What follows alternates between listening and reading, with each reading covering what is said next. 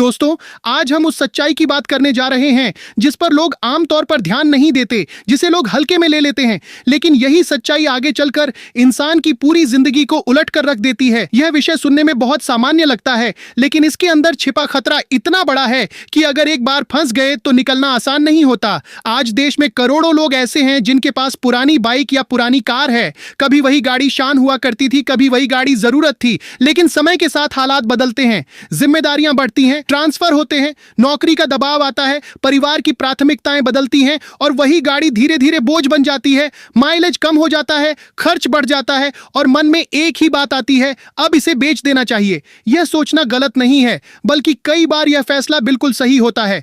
लेकिन असली खेल यहां से शुरू होता है जहां लोग गाड़ी बेचने का तरीका गलत चुन लेते हैं। हमारे समाज में गाड़ी बेचना बहुत हल्की चीज समझी जाती है। लोग सोचते हैं बस पैसे मिले, चाबी दी और कहानी खत्म। लेकिन कोई यह नहीं सोचता कि सरकार के रिकॉर्ड में आज भी गाड़ी किसके नाम पर दर्ज है, कानून किसे जिम्मेदार मानता है, और अगर भविष्य में उस गाड़ी से कुछ गलत हो गया तो सबसे पहले किसका नाम सामने आएगा। आमतौर पर होता क्या है, आप किसी दोस्त, रिश्तेदार या जानकार को बताते हैं कि गाड़ी बेचनी है। 2-4 लोग आते हैं, कोई स्क्रैच दिखाता है, कोई आवाज निकालकर रेट गिराने की कोशिश करता है। आखिर में कोई एक व्यक्ति ज्यादा पैसे देने को तैयार हो जाता है और वही व्यक्ति सबसे खतरनाक लाइन बोलता है, ज्यादा झंझट मत करो, स्टैंप पेपर पे लिख लेते हैं। लोग खुश हो जाते हैं, उन्हें लगता है काम आसान हो गया। कोई 50 का स्टैंप पेपर लाता है, कोई 100 का, कोई 1000 का, उस पे 2 लाइन लिख दी जाती है, पैसे हाथ में आ जाते हैं, चाबी सामने वाले को दे दी जाती है। और यहीं पर सबसे बड़ी गलती हो जाती है, क्योंकि असल में गाड़ी वहां नहीं बिकती जहां आप समझते हैं। असल में गाड़ी बिकती है आरटीओ के रिकॉर्ड में, और वहां आपका नाम आज भी चमक रहा होता है। सरकार को स्टैंप पेपर से कोई मतलब नहीं होता, कानून सिर्फ आरसी को देखता है, रजिस्ट्रेशन सर्टिफिकेट, और जब तक वह आपके नाम पर है तब तक गाड़ी आपकी मानी जाती है, चाहे वह सड़क पर चले या किसी अपराध में इस्तेमाल हो। अब जरा सोचिए, अगर वह गाड़ी किसी हादसे में शामिल हो जाए, अगर किसी की जान चली जाए, अगर उसी गाड़ी से चोरी, डकैती या कोई गंभीर अपराध हो जाए, तो पुलिस सबसे पहले नंबर प्लेट चेक करेगी और सिस्टम में आपका नाम निकलेगा। उस समय कोई नहीं सुनेगा कि आपने सालों पहले गाड़ी बेच दी थी, कोई नहीं मानेगा कि आपके पास स्टैंप पेपर है। कानून सिर्फ रिकॉर्ड देखेगा और रिकॉर्ड में मालिक आप होंगे। यही वजह है कि आज देश की अदालतों में हजारों लोग ऐसे केस लड़ रहे हैं जिनकी गलती सिर्फ इतनी थी कि उन्होंने गाड़ी गलत तरीके से बेच दी थी। कई मामलों में लोग सरकारी नौकरी में होते हैं, क्लर्क, टीचर, पुलिसकर्मी, बैंक कर्मचारी, और एक दिन अचानक उनके घर कोर्ट का नोटिस पहुंच जाता है। उस नोटिस के साथ उनकी नींद उड़ जाती है, क्योंकि वहां जुर्माना 200 या 500 का नहीं होता, वहां मुआवजा लाखों में होता है और कई बार तो जिंदगी भर का बोझ बन जाता है। अब यहां समझना जरूरी है कि सही तरीका क्या है। सही तरीका सिर्फ एक है और वह है कानूनी ट्रांसफर। जब तक आरसी और इंश्योरेंस दोनों खरीदार के नाम पर ट्रांसफर नहीं हो जाते, तब तक गाड़ी आपकी जिम्मेदारी है। इसके लिए फॉर्म 29 और फॉर्म 30 भरे जाते हैं। विक्रेता और खरीदार दोनों के साइन होते हैं। आरसी, इंश्योरेंस, पॉल्यूशन और पहचान पत्र लगते हैं और आरटीओ के रिकॉर्ड में नाम बदला जाता है। लोग इसे मुश्किल समझते हैं, लेकिन सच्चाई यह है कि यह प्रक्रिया उतनी कठिन नहीं जितनी लापरवाही की कीमत भारी होती है।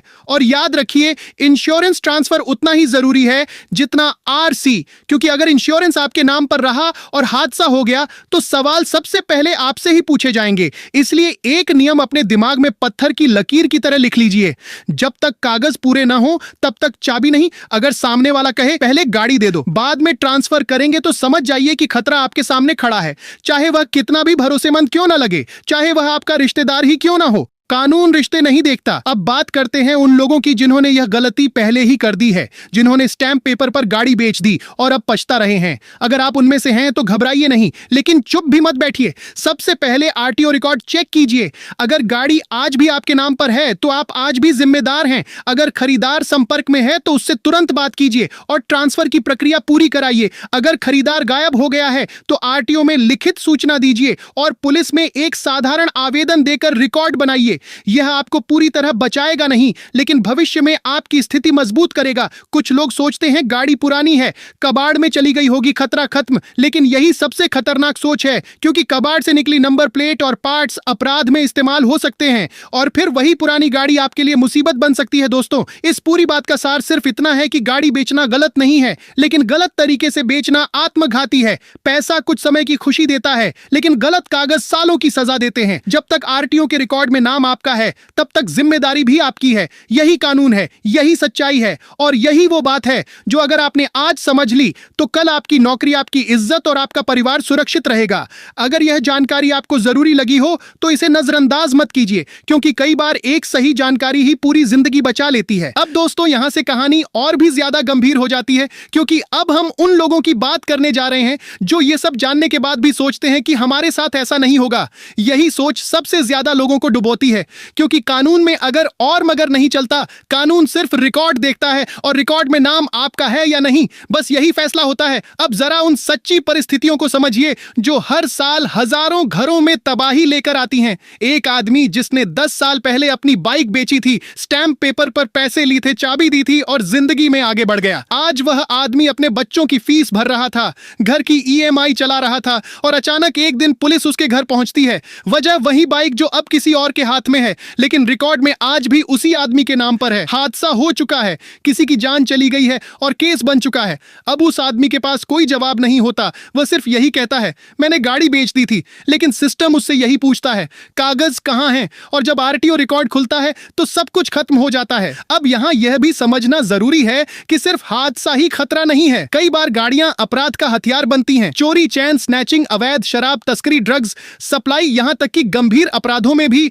पुरानी गाड़ियों का इस्तेमाल किया जाता है, क्योंकि अपराधी जानते हैं कि गाड़ी उनके नाम पर नहीं है और जब पुलिस जांच करेगी तो पहला नाम पुराने मालिक का ही आएगा। और वही होता है, निर्दोष इंसान पहले फंसता है, बयान देने जाता है, वकील करता है, पैसे खर्च करता है और मानसिक तनाव अलग से झेलता है। कई मामलों में तो नौकरी पर भी असर पड़ता है, खासकर सरकारी नौकरी में, जहां पुलिस केस या कोर्ट केस का नाम आते ही विभागीय जांच शुरू हो जाती है। अब सोचिए, आपने कोई अपराध नहीं किया, फिर भी आपको सफाई देनी पड़ रही है, सिर्फ इसलिए क्योंकि आपने सालों पहले गाड़ी गलत तरीके से बेच दी थी। अब एक और बहुत खतरनाक गलती लोग तब करते हैं जब वे गाड़ी किसी जान पहचान वाले को बेचते हैं।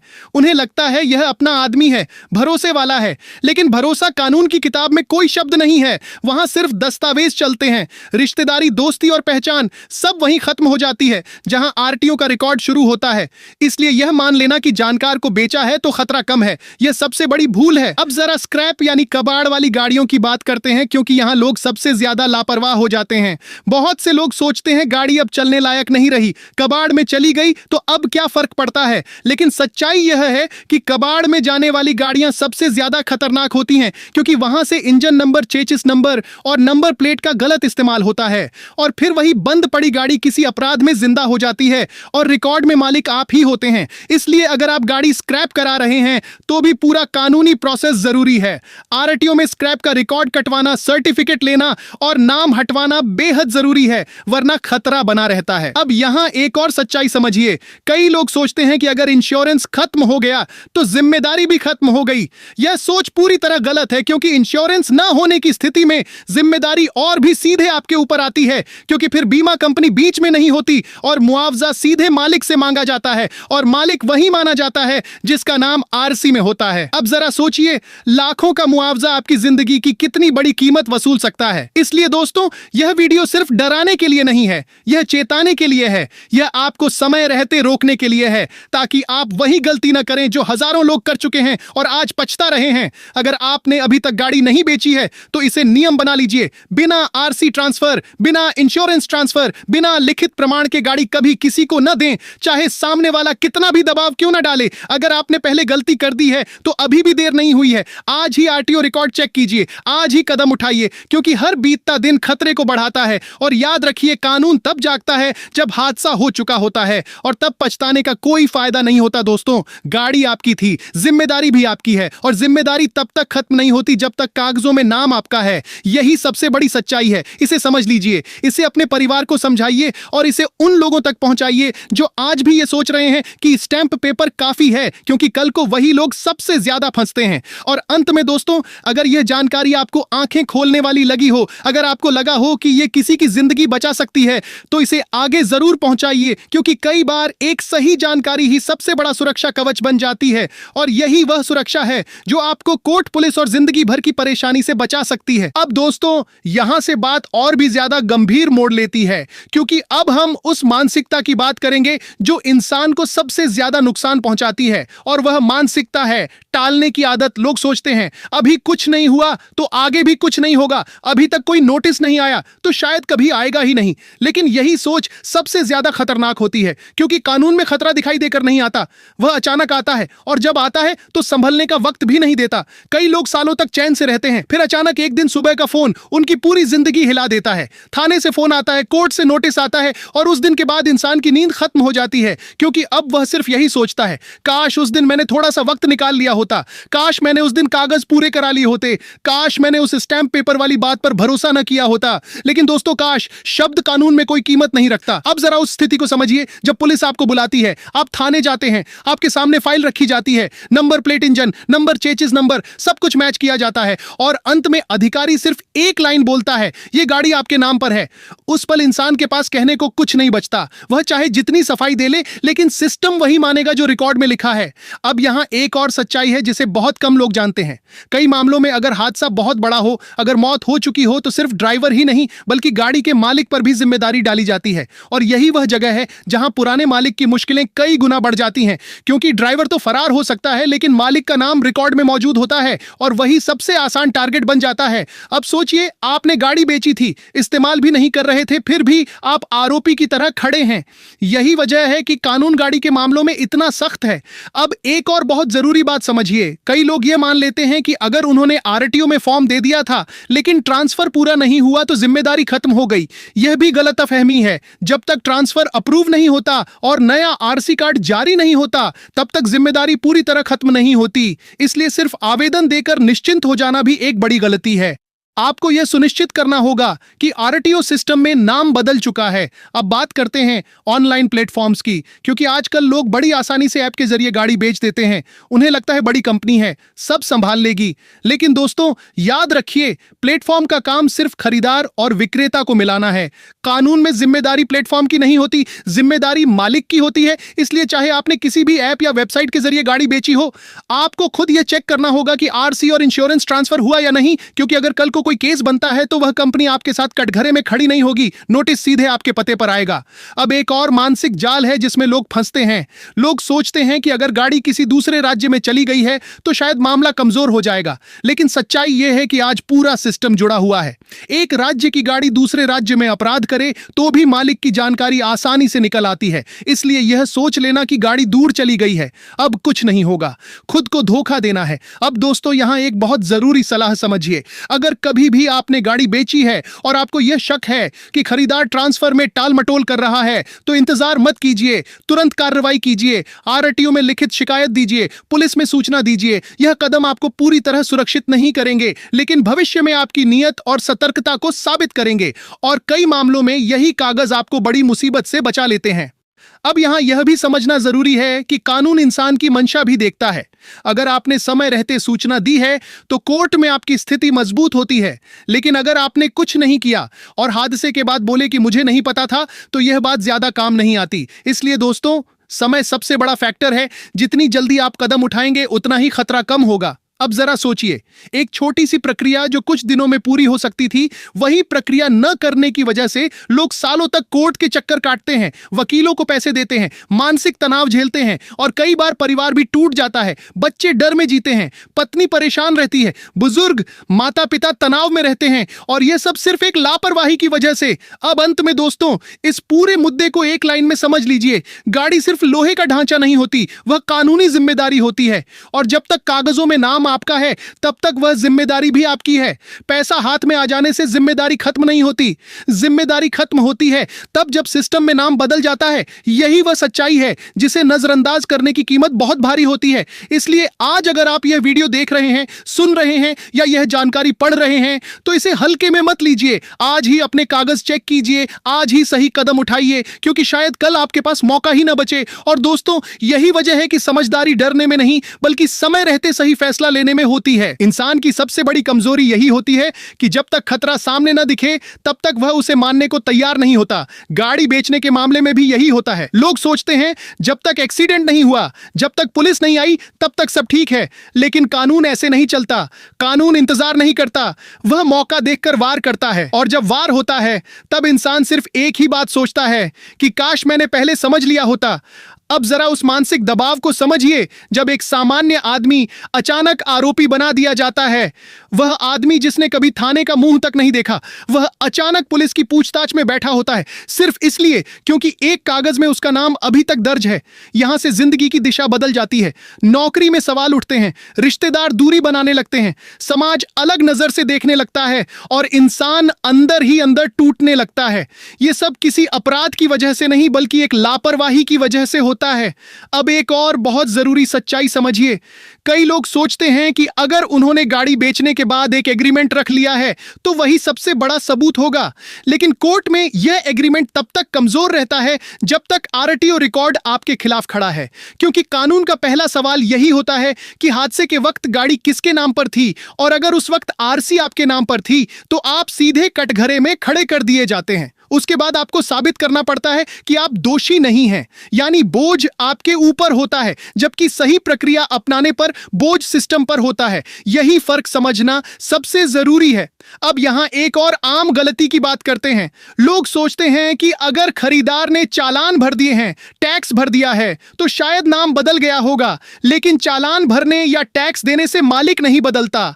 मालिक बदलता है सिर्फ आरसी ट्रांसफर से। इसीलिए किसी भी भ्रम में मत रहिए कि किसी और ने पैसे दिए तो जिम्मेदारी उसकी हो गई। जिम्मेदारी उसी की होती है जिसका नाम रिकॉर्ड में होता है। अब जरा उस स्थिति को सोचिए जहां गाड़ी कई हाथ बदल चुकी है। पहले आपने बेची, फिर उसने किसी और को बेची, फिर किसी और को, और अंत में जब हादसा होता है तो सारे लोग गायब मिलते हैं, लेकिन पहला नाम आप ही का सामने आता है, क्योंकि सिस्टम वहीं रुकता है जहां आखिरी कानूनी मालिक दर्ज होता है, और वही सबसे बड़ा फंदा है जिसमें लोग फंसते हैं। अब दोस्तों, यहां एक और जरूरी बात समझिए। कई बार लोग ये सोचते हैं कि अगर गाड़ी चोरी हो गई है और उन्होंने एफआईआर करा दी है तो जिम्मेदारी खत्म हो गई, लेकिन अगर चोरी की रिपोर्ट ठीक समय पर नहीं कराई गई या रिकॉर्ड अपडेट नहीं हुआ तो यहां भी सवाल उठ सकते हैं। इसलिए हर स्थिति में दस्तावेज और समय पर कार्रवाई सबसे जरूरी है। अब बात करते हैं उस डर की जो लोगों को सही कदम उठाने से रोकता है। लोग सोचते हैं कि अगर आरटीओ गए तो पता नहीं क्या होगा, कहीं जुर्माना ना लग जाए, कहीं पुरानी गलती सामने ना आ जाए। लेकिन दोस्तों, यह डर छोटा है उस डर के मुकाबले जो कोर्ट नोटिस आने के बाद पैदा होता है। इसलिए बेहतर यही है कि आज थोड़ा डर लो ताकि कल जिंदगी भर का डर ना झेलना पड़े। अब यहां एक सच्ची सीख समझिए। कानून किसी को फंसाने के लिए नहीं बना है। कानून जिम्मेदारी तय करने के लिए बना है, और जिम्मेदारी वहीं तय होती है जहां नाम दर्ज होता है। इसीलिए अगर आप जिम्मेदार नहीं बनना चाहते तो अपना नाम समय रहते हटवाइए। अब जरा उन लोगों की बात करते हैं जो सोचते हैं कि यह सब सिर्फ शहरों में होता है, गांव कस्बों में नहीं। लेकिन सच्चाई यह है कि आज सिस्टम हर जगह पहुंच चुका है, चाहे गांव हो, कस्बा हो या शहर। गाड़ी का नंबर डालते ही पूरी जानकारी सामने आ जाती है। इसीलिए यह सोच लेना कि हमारा मामला छोटा है सबसे बड़ी भूल है। अब दोस्तों, इस हिस्से का सबसे अहम संदेश यह है कि समझदारी का मतलब चालाकी नहीं होता।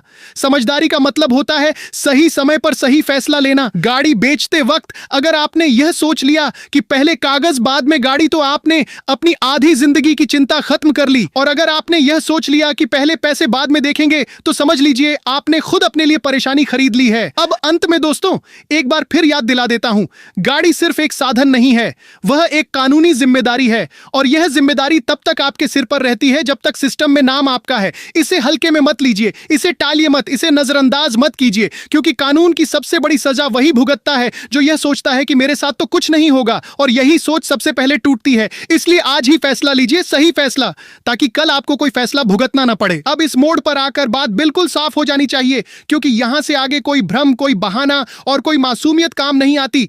यहां से सिर्फ हकीकत बोलती है, और हकीकत अक्सर बहुत बेरहम होती है। बहुत से लोग ये सोचकर खुद को तसल्ली दे लेते हैं कि अगर कभी कुछ हुआ तो देख लेंगे, उस वक्त संभाल लेंगे। लेकिन यही सोच सबसे खतरनाक साबित होती है, क्योंकि जब वह वक्त आता है तब संभालने के लिए कुछ भी हाथ में नहीं बचता। तब न खरीदार फोन उठाता है, न बिचौलिया पहचानता है, न गवाह साथ खड़े होते हैं, और न ही कोई पुराना भरोसा काम आता है। सिस्टम सिर्फ एक चीज देखता है, नाम और रिकॉर्ड। और अगर वह नाम आपका है तो कहानी वहीं से शुरू होती है जहां से निकलना सबसे मुश्किल होता है। अब जरा उस दबाव को महसूस कीजिए जब आपको बार बार थाने बुलाया जाता है।